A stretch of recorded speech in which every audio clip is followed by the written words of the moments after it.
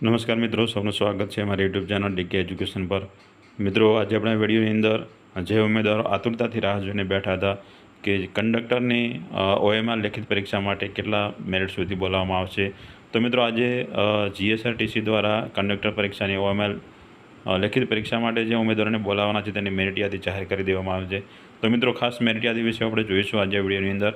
અને જીએસઆરટીસીની વેબસાઇટ પર પીડીએફ પણ મૂકવામાં આવે છે, તેની અંદર જે ઉમેદવારોનું નામ હશે તેમને ઓએમઆર લેખિત પરીક્ષા આપવામાં આવશે તેવું પણ કહેવામાં આવે છે। તો મિત્રો, ખાસ આપણે જોઈએ વિડીયોની અંદર કે કેટલા સુધી મેરિટ અટક્યો છે, કેટલા મેરિટવાળાને ઓએમઆર પરીક્ષા લખવા મળશે તે પણ ખાસ જોઈએ। ધોરણ 12ની ટકાવારી પ્રમાણે મિત્રો મેરિટ અટકાવવામાં આવે છે। ધોરણ 12ની અંદર જે ટકાવારી છે તેના આધીન છે। તો ખાસ આપણે જોઈ લઈએ કે ગુજરાત રાજ્ય માર્ગ વાહન વ્યવહાર નિગમ દ્વારા જે મધ્યસ્થ કચેરી રાણીપ અમદાવાદ દ્વારા જે કંડક્ટર કક્ષાની જાહેરાત ક્રમાંક જીએસઆરટીસી 2023-24-32 અન્વયે ઉમેદવારોની ઓએમઆર લેખિત પરીક્ષા માટે બોલાવવા માટેની કામચલાઉ મેરિટ યાદી જાહેર કરી દેવામાં આવી। અત્યારે જ હમણાં જ જાહેર કરવામાં આવે છે। એટલે મિત્રો ખાસ કે કેટલા ટકાવારી સુધીના ઉમેદવારોને બોલાવવામાં આવશે તે પણ ખાસ આપણે જોઈ લઈએ। નિગમ કંડક્ટરની કક્ષાની જાહેરાત ક્રમાંક 32 મુજબ ભરતીથી જગ્યાઓ ભરવા માટે 8/3/2023 થી 6/9/2023 સુધી જે ઓજસની વેબસાઇટ પર જાહેરાત પ્રસિદ્ધ કરવામાં આવી હતી। ત્યારબાદ દિવ્યાંગ ધરાવતા ઉમેદવારોને 3/7/24 થી 17/7/24 સુધીની જાહેરાત રીઓપન કરવામાં પણ આવી હતી।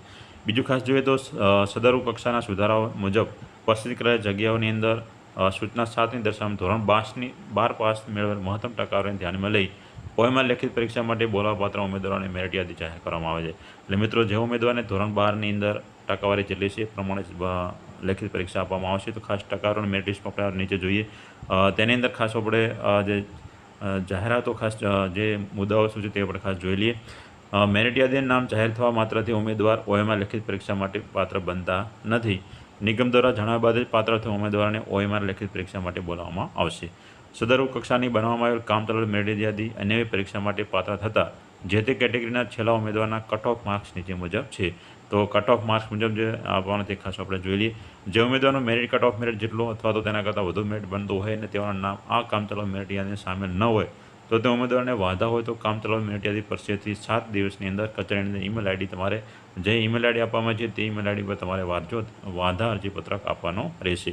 તો મિત્રો, ખાસ આપણે હવે જોઈ લઈએ કે કેટલા સુધી મેરિટ યાદી અટકાવવામાં આવે છે તે ખાસ આપણે જોઈ લઈએ।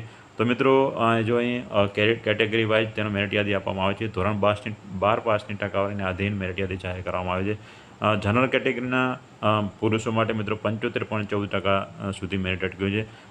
પછી જનરલ કેટેગરીના મહિલા ઉમેદવારો માટે 74.50 સુધી અટક્યું છે। આર્થિક રીતે નબળા વર્ગના એટલે ઓબીસી આર્થિક રીતે નબળા વર્ગ માટે પુરુષો માટે 65.14% છે, જ્યારે મહિલાઓ માટે 34.28% છે। પછી શારીરિક શૈક્ષણિક પેન્શન વર્ગ એટલે કે ઓબીસી અહીં જે ઈડબ્લ્યુએસ આપેલું છે, ઈડબ્લ્યુએસ માટે 62.14% છે, મહિલાઓને ઈડબ્લ્યુએસ માટે 34.28% છે। પછી એસસીબીસી માટે પુરુષો માટે 71.14% છે, જ્યારે મહિલાઓ માટે 68.14% છે। એસસી કેટેગરી માટે પુરુષો માટે 71% છે, જ્યારે મહિલાઓ માટે 70% છે। જ્યારે એસટી ઉમેદવારો માટે પુરુષો માટે 68.17% છે, જ્યારે એસટી ઉમેદવાર મહિલાઓ માટે 68.86% છે। માજી સૈનિક માટે 35% છે। દિવ્યાંગતા ધરાવતા ઉમેદવારો એટલે કે એ કેટેગરી માટે જે ઉમેદવારોની કેટેગરી આપી છે કેટેગરી વાઇઝ એ કેટેગરી માટે 33%, બી કેટેગરી માટે 33%, સી કેટેગરી માટે 44.92%, જ્યારે ડી અને ઈ કેટેગરી માટે 33.57%। તો મિત્રો, અહીં જે પીડીએફની અંદર જે આ કેટેગરી વાઇઝ મેરિટ લિસ્ટ જાહેર કરવામાં આવે છે તે વિશેની ખાસ આપણે જોઈએ તો ખાસ તો મિત્રો ઈડબ્લ્યુએસની મહિલાઓ માટે એકદમ ઓછું કહેવાય 34.28% જેટલું મેરિટ જાહેર કરે, બિલકુલ ઓછું કહી શકાય કે 34% એટલે સામાન્ય ટકા કહી શકાય। તો મિત્રો, આ પ્રમાણે જે ઉમેદવારોનું નામ સામેલ હોય પીડીએફની અંદર તમારે જીએસઆરટીસીની વેબસાઇટ પર જઈ તમારે પીડીએફ ડાઉનલોડ કરીને તમારું નામ ચકાસી લેવું અને તે ઉમેદવારોને ઓએમઆરની જે લેખિત પરીક્ષા આપવામાં આવશે તે જાહેર કરી દેવામાં આવે છે। તો મિત્રો, આતુરતાથી રાહ જોઈ બેઠા તે ઉમેદવારોને યાદ પરીક્ષાની જેનું નામ સામેલ છે પરીક્ષાની તૈયારી કરવા માટે લાગી દેવું। તો મિત્રો, જીએસઆરટીસીની કંડક્ટને લગતા વિડીયો પણ અપલોડ કરશું, તો અમારા ચેનલ સાથે જોડાયા રહેજો। બીજા મિત્રોને વિડીયો શેર કરતો જેથી બીજા મિત્રોને ફાયદો મળી રહે। ફરી મળીશું નવા વિડીયો સાથે, ત્યાં સુધી સૌને જય માતાજી।